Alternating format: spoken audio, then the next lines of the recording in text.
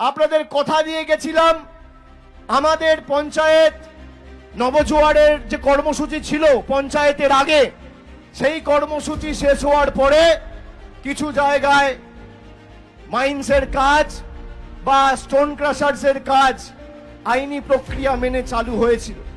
আবার যেহেতু অনেক বাধ্যবাধকতা, কোর্টের অর্ডার রয়েছে, ফুল ফ্লেজেড সেই কাজ চালু হয়নি, এখন বন্ধ রয়েছে।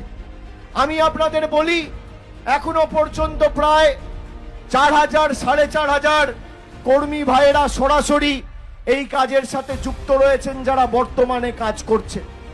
আর পুরো যদি সব ক্রাশার ফাংশনাল হয়ে যায় বা অপারেশনাল হয়ে যায়, তাহলে প্রায় 25,000 লোক কাজ পাবে। এবং সরকারি যে 133 হেক্টর জমি রয়েছে, সেখানে প্রায় 18টা মাইন রয়েছে।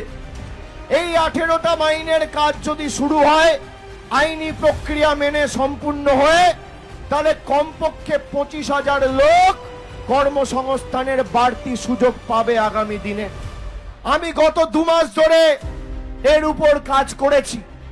আজকে সকালবেলাও মুখ্যমন্ত্রীর সাথে কথা বলেছি।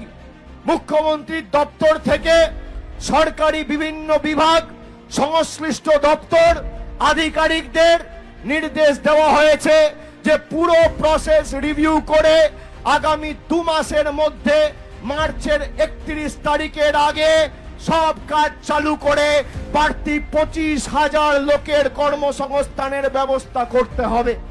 আপনারা মার্চের মধ্যে সেটা দেখতে পাবেন। কথা দিয়ে কথা রাখার নাম তৃণমূল কংগ্রেস।